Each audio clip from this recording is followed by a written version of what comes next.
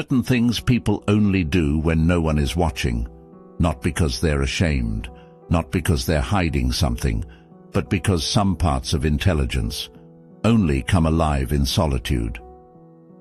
We usually think of intelligence as something public, something measurable, something that performs well in classrooms, meetings, debates, interviews, and social situations. But some of the rarest forms of intelligence are almost invisible. They don't always look charismatic, they don't always sound impressive, and they definitely don't always fit into the world's definition of smart. Because this kind of intelligence doesn't just solve problems. It observes itself, it questions its own motives, it notices contradictions.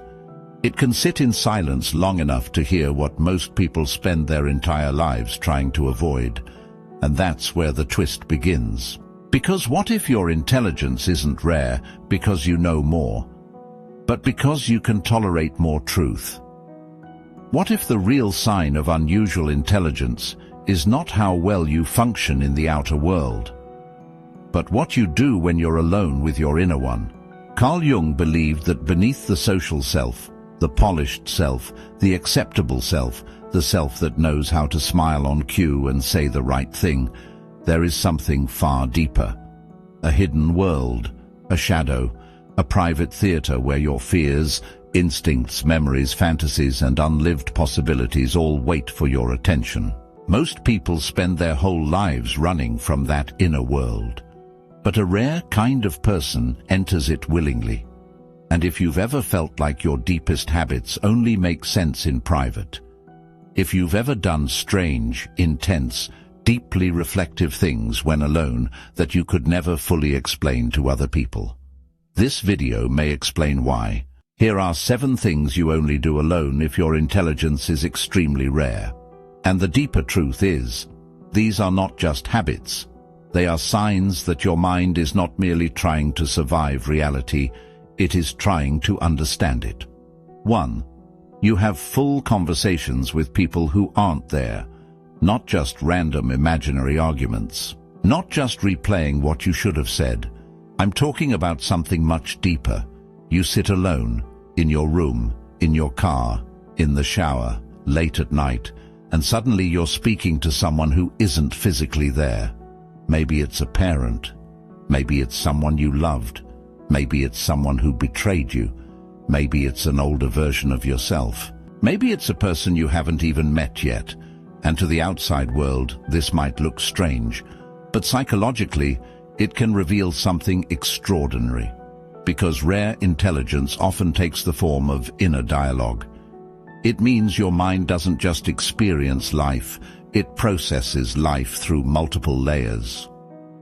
You don't merely react to events, you create an internal council around them. One part of you is hurt, one part of you is rational, one part of you is suspicious, one part of you is wiser than your age, one part of you is still 5 years old and terrified. And when you're alone, all of them begin to speak. Most people are dominated by a single voice: impulse, fear, ego, habit. But highly unusual minds often experience themselves as a kind of inner plurality. Not madness, depth. A recognition that the self is not a single flat surface, but a whole landscape. This is why solitude can become so alive for you, because when the world goes quiet, the psyche gets loud. And here's the Jungian twist. What you call talking to yourself may actually be your unconscious trying to become conscious. Those imaginary conversations aren't always pointless. Sometimes they are rehearsals for truth. Sometimes they are delayed grief. Sometimes they are a courtroom where your soul tries to finally say what your mouth never could. And maybe the reason you do this alone is because other people interrupt the process too early. They want the polished version, the summarized version, the socially acceptable version. But when you're alone, you let the thought unfold fully. You let the anger speak. You let the wound answer back. You let the wiser voice emerge after the emotional one burns itself out. That's not overthinking. That's deep psychic processing. In a shallow culture, people mistake inner complexity for dysfunction. But some of the rarest forms of intelligence look exactly like this. A person alone in a room, speaking to invisible figures, and becoming more honest with themselves than they ever are in public. 2. You disappear to think before you decide what you really feel. Some people know what they feel immediately. You don't, not because you're disconnected, but because your mind doesn't trust first impressions. When something happens, a betrayal, a compliment, an opportunity, an insult, a sudden attraction, a strange discomfort, you often need to be alone before you know what you actually think about it. In the moment, you may seem calm, or neutral, or hard to read. People may even assume you're emotionally detached, but that's rarely true. What's really happening is that your mind is gathering evidence from multiple levels at once. Your body noticed something, your instincts noticed something, your memory attached something to it, your shadow reacted to it, your social mask filtered it, and your conscious mind is still trying to catch up. So instead of responding immediately, you withdraw. Not always physically, sometimes just mentally. You go quiet, you delay the text, you walk alone, you stare at the ceiling, you let the event echo. And only in solitude does the real answer arrive. This is one of the clearest signs of rare intelligence. You don't confuse immediacy with truth. You understand that first reactions are often contaminated by ego, by fear, by the need to appear unbothered, by the desire to be liked, by old wounds disguised as present clarity. So you wait. And in waiting, you listen. That is rare, because most people are trained to react quickly and call it authenticity. But not everything fast is honest. Sometimes what feels instant is just conditioning. Sometimes your first feeling is not your deepest feeling. Sometimes what looks like anger is humiliation. Sometimes what looks like attraction is loneliness. Sometimes what looks like peace is emotional numbness. Sometimes what looks like confidence is dissociation. A highly developed inner life knows this, which is why you often need privacy to separate signal from noise. Jung would say that a great deal of human suffering comes from being possessed by forces we do not understand. We think, this is me, but it may just be a complex, a trigger, an inherited pattern, an unlived part of the self-demanding expression. So when you step away to think alone, you're doing something most people never learn to do. You are refusing to let the unconscious drive the car without being seen. You are making space between stimulus and identity. And that space is where rare intelligence lives, not in always having an answer, but in respecting the mystery of your own reaction long enough to discover the real one. 3. You intentionally revisit painful memories, not to suffer, but to decode them. This is where the script gets uncomfortable, because one thing highly intelligent people often do alone is something most people avoid at all costs.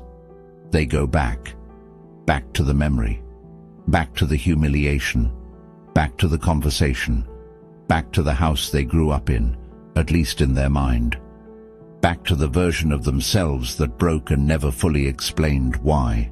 And from the outside, this can look unhealthy. Why are you still thinking about that? Why can't you let it go? Why dwell on the past? But what people don't understand is this. You're not always returning to the pain to relive it. Sometimes you're returning to retrieve something, a meaning, a pattern, a lost part of yourself. Because rare intelligence is often archaeological. It doesn't just want relief. It wants revelation. It wants to know why certain moments still burn years later, why one sentence changed your personality, why one betrayal altered your nervous system, why one season of your life still lives under your skin like unfinished weather. Most people want closure quickly, but deep minds want comprehension, And comprehension often requires revisiting the scene, not once, many times, each time from a different level of consciousness.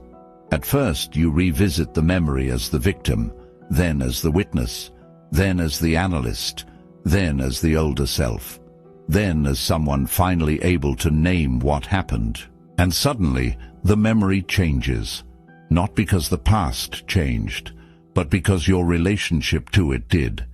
This is deeply Jungian, because healing, in this frame, is not about pretending the darkness never happened. It is about descending into it with a lamp. The rare individual is often willing to do that descent alone, to sit with uncomfortable memories, to examine the symbolic meaning of them, to ask, what was born in me there? What died in me there? What part of me got frozen in that room? What belief did I inherit from that pain that I still carry into love, work, intimacy, ambition, trust? This is not obsession, it is inner excavation. Now, of course, there is a line between reflection and self-torment, but when done consciously, returning to pain is not weakness. It is one of the bravest forms of intelligence, because many people remember their lives only in fragments. You are trying to integrate yours, and maybe that is why solitude matters so much to you, because when you're alone, the memory is no longer competing with performance. You don't have to act healed. You don't have to rush. You don't have to package your pain into a moral lesson for others.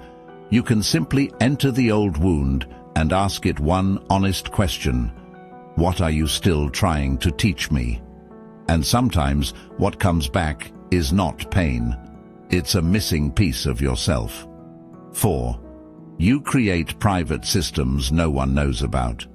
This one is subtle but powerful. If your intelligence is rare, there's a good chance you do something in private that almost no one sees. You create secret systems, not necessarily because you're organized in the traditional sense, but because your mind naturally builds inner architecture. Maybe you keep notes nobody would understand but you.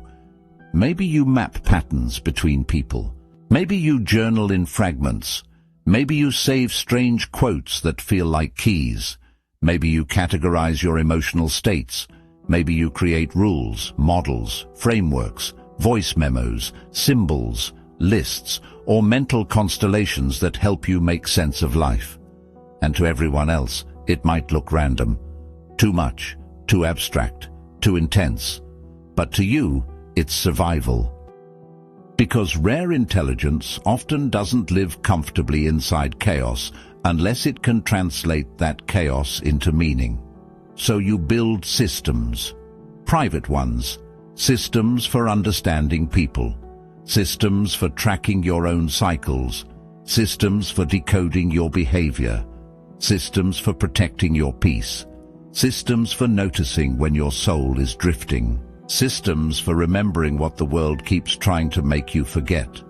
This is not just productivity, it's psychological structure. Jung understood that the mind speaks in symbols long before it speaks in clean logic. And highly intuitive, psychologically complex people often create personal rituals or structures that act as bridges between conscious and unconscious life. Maybe that's why your room, your notes app, your journals, your folders, your playlists, your saved screenshots, your unfinished writings all feel like extensions of your psyche. To other people they are clutter. To you, they are evidence. Evidence of thought, evidence of becoming, evidence that your inner life is not random, only untranslated. And there is something else here too.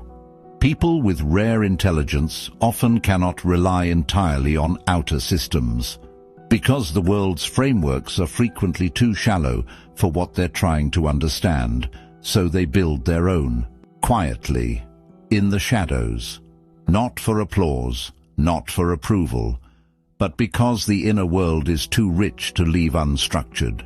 This is why solitude can feel so productive for you, even when nothing obvious is happening.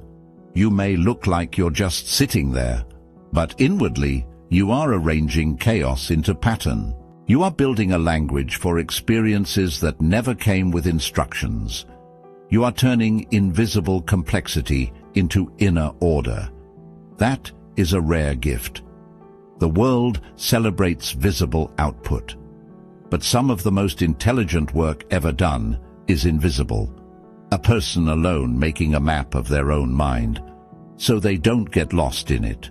5. You observe yourself while you're feeling something.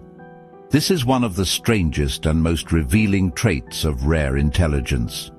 When you're alone and emotional, angry, jealous, heartbroken, ashamed, excited, afraid, a part of you is not only feeling the emotion, it is watching you feel it. It's almost as if two selves exist at once. One self is drowning, the other is taking notes, and that can be exhausting, but it can also be extraordinary, because what this reveals is metaconsciousness, the ability to witness your own inner state while you're inside it. Most people become their emotions. You often become aware of them. Even in the middle of the storm, there's a voice in you quietly saying, "This is not just anger. This is old. This feeling is disproportionate. You're triggered. You're pretending not to care. You're hurt because your pride was involved. You wanted to be chosen. You're grieving something deeper than the event itself." That inner witness is rare, and if it's well developed, it becomes a form of psychological intelligence more valuable than raw intellect. Because a person who can observe themselves can interrupt patterns. A person who can witness themselves can evolve. A person who can name the hidden layer of their emotion is less likely to be ruled by it forever. But there's a shadow side too. Sometimes this self-observation becomes so constant that you struggle to simply be. You analyze your sadness while you're sad. You dissect joy while you're joyful. You monitor your reactions in real time. You wonder whether what you're feeling is true, performative, wounded, avoidant, attached, defensive, projected or inherited. And yes, that can be tiring. But it also means your psyche is not asleep. It means part of you refuses unconscious living. Jung might say that the goal is not to eliminate darkness, but to become conscious of it. And that is exactly what this private habit suggests. When you are alone, you do not merely emote. You witness, you question, you reflect. You catch yourself in the act of becoming. And over time, this gives you something powerful. Self-honesty. Not the fake kind, not the aesthetic kind, not the kind people perform online. Real self-honesty. The kind that says, "I wasn't just hurt, I was humiliated. I didn't love them. I needed their validation. I'm not over it. I am pretending. I'm afraid. I wanted power, not connection. I said yes because I feared abandonment. I call it peace, but maybe I've just gone numb." That kind of awareness can feel heavy, but it is one of the clearest signs of unusual depth. Because many people spend their entire lives escaping themselves. You study yourself in private until the mask starts slipping, and once you've seen yourself clearly, you can never go back to living entirely on the surface. 6. You experiment with identities in private before revealing who you are. People often think identity is something stable, something obvious, something you either know or you don't. But rare intelligence tends to experience identity differently, not as a fixed label, but as a living question. So when you're alone, you often do something few people talk about. You try on different selves, not in a fake way, in an exploratory way. You imagine saying what you normally suppress. You imagine leaving the life you built. You imagine becoming colder, or softer, or bolder, or quieter. You write thoughts you'd never post. You admit ambitions you'd never say out loud. You test new beliefs in silence before attaching them to your name. This is important, because a highly intelligent psyche understands that the social self is often only partially real. Much of who we present to the world is adaptation, persona, a mask built for belonging, useful, necessary, even elegant at times, but still a mask. And solitude becomes the laboratory where you get to ask, who am I when no one needs anything from me? What do I actually believe when I'm not trying to fit into a tribe? What kind of life do I want if I stop performing the version of me that gets rewarded? What thoughts am I not allowed to think in public? What desires have I buried because they would disrupt my current identity? This is where Jung's energy enters strongly, because individuation, becoming who you really are, often begins with the uncomfortable recognition that the life you are living may be built around an incomplete self. So alone, you experiment. You entertain dangerous honesty. You consider possibilities that would confuse people. You allow contradictions. One day you want total solitude. Another day, deep love. One day, status disgusts you. Another day, you crave impact.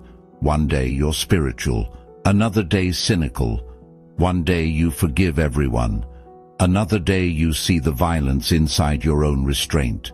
And instead of forcing a neat answer, you watch. You let the psyche reveal itself in phases. That is rare, because most people lock themselves into identities too early just to feel safe. But unusual intelligence tolerates ambiguity. It can sit inside the unfinished self. It can endure the instability of transformation. And the reason you do this alone is simple. Identity experimentation is sacred before it is social. If exposed too early, other people will rush to define you before you've understood yourself. They'll call you inconsistent when you're actually evolving. They'll call you confused when you're actually in dialogue with deeper truth. So you protect the process. You let the next version of yourself form in silence, and sometimes, by the time the world meets the new you, the transformation has already happened in private months ago. 7. You withdraw not because you hate people, but because too much falseness exhausts you. This may be the most misunderstood trait of all. If your intelligence is extremely rare, you probably spend a lot of time alone. And people often interpret that in the laziest possible ways. They think you're antisocial, arrogant, detached, broken, avoidant, moody, hard to please. But sometimes the truth is far more precise. You withdraw because constant superficiality drains your nervous system. You can tolerate noise. You can tolerate crowds. You can even tolerate performance for short periods. What exhausts you is prolonged contact with what feels false, forced laughter, shallow competition, predictable conversations, emotional dishonesty, social rituals built around impression management, people saying one thing and meaning another, people smiling with resentment in their eyes, people asking questions they don't really care about, people performing connection instead of offering it. For some minds, this is normal life. For yours, it feels spiritually claustrophobic. So, you retreat. Not because you're better than others, but because your psyche needs reality. And when reality is absent, solitude becomes cleaner than company. This is where the rare intelligence idea becomes dangerous if misunderstood. Because this isn't about superiority, it's about sensitivity to depth. A rare mind is not always a happier mind. Often it's lonelier.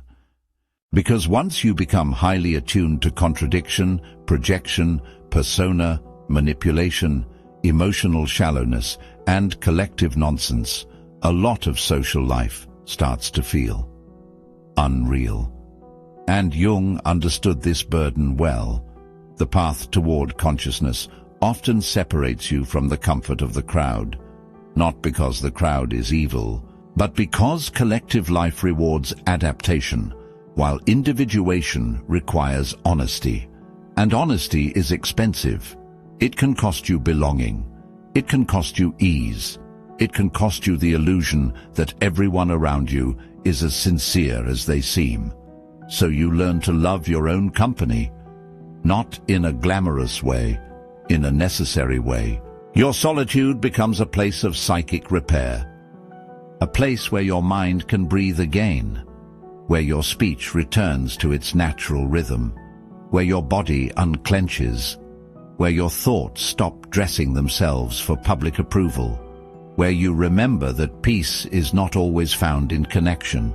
Sometimes it is found in the absence of distortion, and this is why some of the most intelligent people seem distant. Not because they feel nothing, but because they feel too much of what is real and too little patience for what is fake. So when they disappear, it is not always withdrawal. Sometimes it is self-preservation. Sometimes it is devotion to truth. Sometimes it is the only place where their soul remains intact. And if you noticed something while listening to this, it may be this: none of these habits are flashy. None of them look impressive from the outside. No trophies, no applause, no public validation. Just a person alone, thinking deeply, feeling honestly, watching themselves, returning to old pain, building meaning in silence, experimenting with identity, and stepping away from what feels false. That's the twist. Because the rarest intelligence is not always visible in what a person achieves. Sometimes it is visible in what they are willing to confront when they are alone. A person can be academically brilliant and still be a stranger to themselves. A person can be socially admired and psychologically asleep. A person can be successful, articulate, charming, high-functioning, and still have no real relationship with their own shadow. But the individual who enters solitude and comes back with self-knowledge, that person is dangerous in the best possible way, because once you begin to understand your own depths, you become harder to manipulate, harder to seduce with approval, harder to distract with noise, harder to control through shame. And maybe that's why rare intelligence so often develops in private, because truth usually whispers before it speaks, and only those who can bear silence long enough ever hear it. So if you do these things alone, if you talk to invisible versions of people and somehow discover your real feelings, if you disappear to think because your first reaction is never the whole truth, if you return to painful memories to decode the pattern, if you create private systems to survive inner chaos, if you observe yourself while you're emotional, if you test identities in secret before living them out loud, if you withdraw from too much falseness because your spirit can't digest it, then maybe you are not overthinking, maybe you are not strange, maybe you are not broken, maybe your intelligence was simply never meant to be measured only by how well you perform in public. Maybe your mind is rare because it does not stop at appearances. It descends, it questions, it listens beneath the surface. It senses that every human being has two lives, the one they perform and the one they meet only in silence. And the people who dare to know that second life, the hidden one, the symbolic one, the wounded one, the honest one, are often the ones who transform, not quickly, not neatly, not without loneliness, but deeply. So the next time you find yourself alone, doing things no one would understand, don't rush to pathologize it. Ask a different question. What if this is not isolation? What if this is initiation? What if your solitude is not empty, but sacred? And what if the real reason you've always felt different is that while others were busy becoming acceptable, you were slowly becoming conscious? If this spoke to you, then you already know. Some of the rarest minds do their deepest work in the dark.